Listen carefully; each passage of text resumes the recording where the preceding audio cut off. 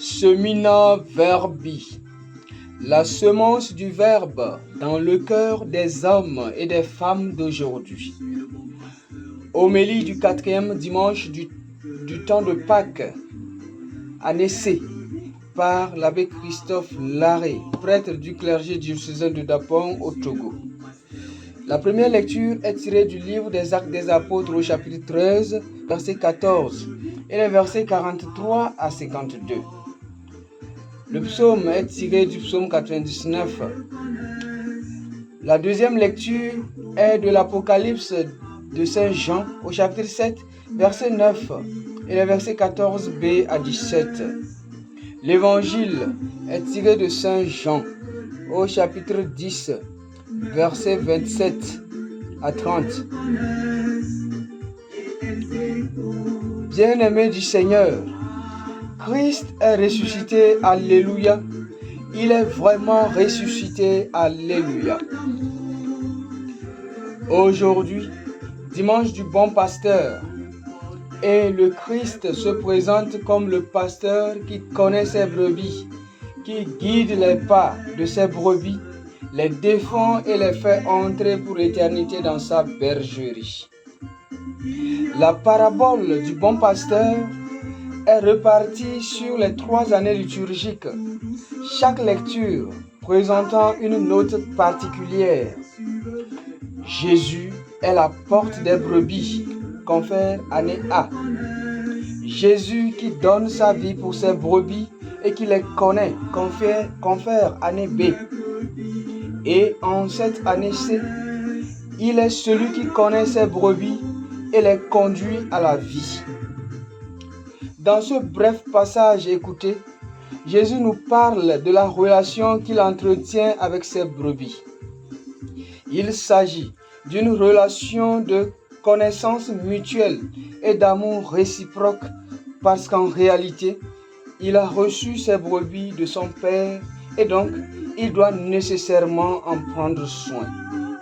Car, dit-il, je cite, « Mon Père qui me les a donnés est plus grand que tout, et personne ne peut rien arracher de la main de mon Père. » Fin de citation. Ainsi, c'est une relation particulièrement profonde, voulue par le Père Céleste. Un genre de relation qui demande soumission à Dieu, c'est-à-dire qui demande écoute, car celui qui n'écoute pas la voix du pasteur qu'est Jésus ne peut pas être attiré par lui. Ce genre de relation où l'on n'écoute pas le pasteur demeure une relation superficielle et fragile. Par contre, celui qui écoute agit conformément à la volonté du pasteur, qui est une volonté d'amour. Celui-là demeure dans une relation qui ne peut se briser. Nous avons l'illustration parfaite dans la première lecture où certaines personnes injurient le pasteur. En effet, à la prédication de Paul, ils commencèrent par l'injurier et à s'enflammer contre lui, ce qui indique une opposition à la parole du pasteur, un manque d'écoute. Ils n'écoutent pas le pasteur. Les païens, au contraire, s'extasiaient en écoutant Paul parler. Les Juifs provoquent l'agitation, tandis que les païens reçoivent à cœur ouvert la bonne nouvelle du salut. Quel paradoxe! Eux, Juifs, ont été préparés par les prophètes à accueillir ce pasteur. Cette illustration est complexe et fait tache d'huile également de nos jours. Certains chrétiens qui sont à la dérive,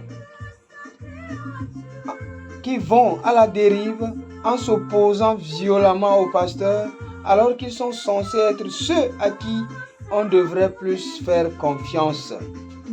Chrétiens mes frères, chrétiens mes sœurs, en prenant l'Église comme une bergerie, comme une famille, nous avons pour mission d'abord de prier pour elle, pour tous ces enfants que nous sommes, pour toutes les brebis. Notre prière pour l'Église doit prendre en compte les remarques que Jésus adresse aux pharisiens.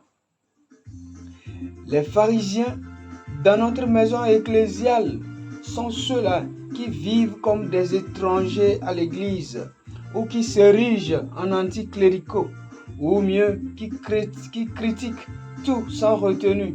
Ceux-là qui ne participent en rien à la vie de leur paroisse, à la survie des CCB, qui vivent isolés de la communauté et ne s'en approchent que quand ils en ont besoin, quand ils ont besoin d'un service.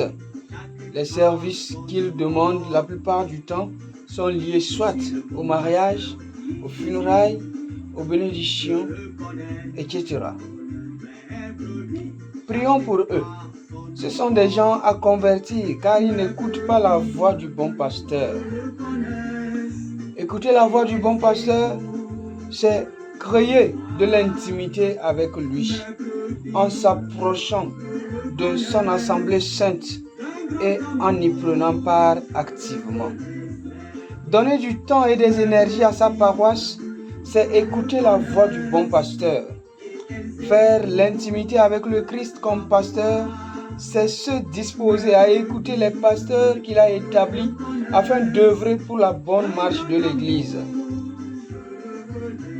Bien-aimés du Seigneur, aujourd'hui étant la journée des vocations, je voudrais finir par l'exhortation aux séminaristes aspirants et aspirantes en résumant l'une des lettres du pape François à cette occasion du dimanche du bon pasteur.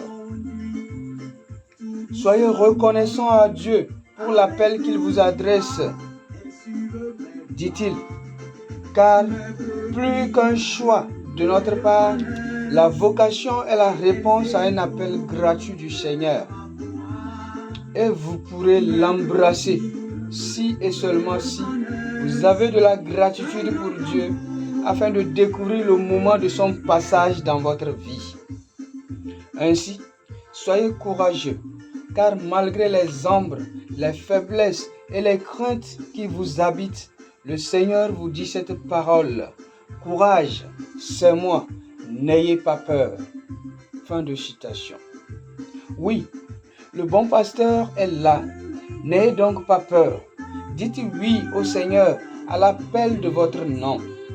Car le bon pasteur connaît ses brebis et ses brebis le connaissent. Elles écoutent sa voix et s'approchent de lui. Un appelé est une brebis qui sait écouter la voix du bon pasteur. Que l'Eucharistie de ce jour apporte à chacun la grâce de savoir distinguer la voix du bon pasteur qui nous appelle tous par notre nom, à la lumière du trait particulier qu'est cette profonde soumission qui nous distingue comme membres de sa bergerie. Amen.